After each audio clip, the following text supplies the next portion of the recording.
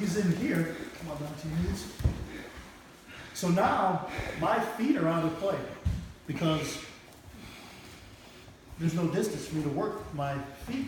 Now I gotta rely on my knees for my shield and my hands. Which would be the same if we're in a self-defense situation and we're in this close.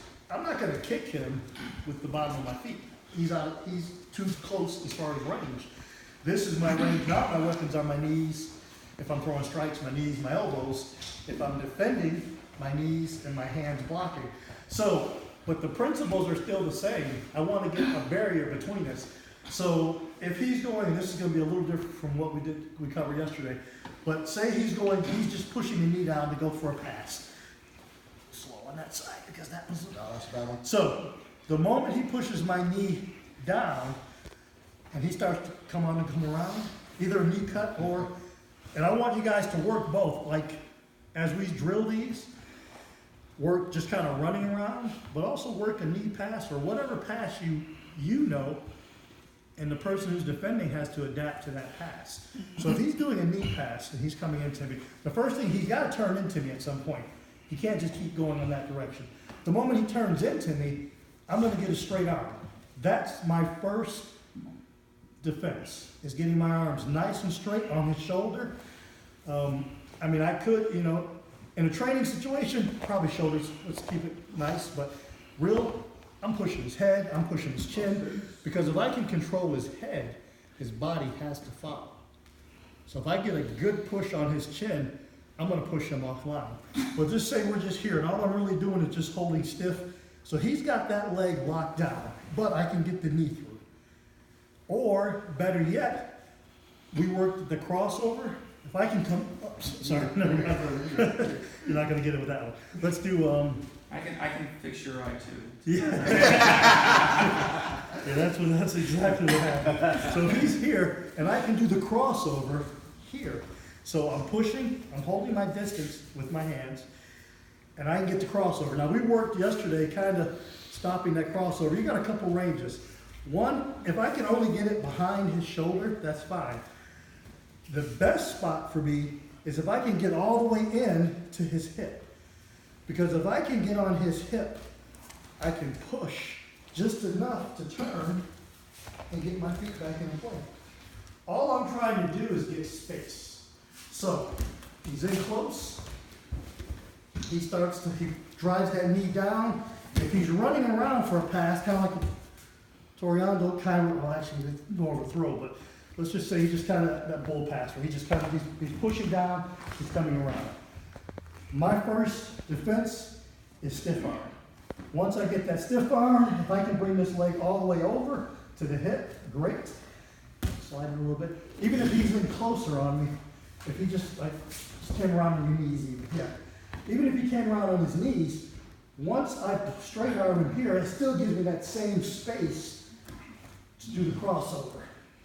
If I stop here, that's fine. I can still work it, push.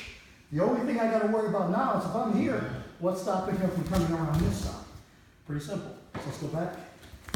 So I start here. I got my arms nice and stiff, getting some space. I throw that leg over. Immediately when I throw that leg over, I've got to transition to defend this side. All I need to do is buy myself a second or so. So if I can stuff his shoulder here, and again, in the class, let's shoot for the shoulder, but in real time, I'm shooting for the face. It's really going to be more of a slap and a push. As hard as I can, I'm slapping, but I'm slapping and I'm pushing his head offline. And then all I'm doing is buying myself enough time to turn back into him, to get back to that initial starting position of my guard. All I want is to get a barrier in between us for the short distance, enough that I can scoop my hips out, throw that leg over, push away from him, and get my space. That's my goal. So we're starting getting close again. He pushes that knee to the ground. As he starts to come around, I stop his motion there.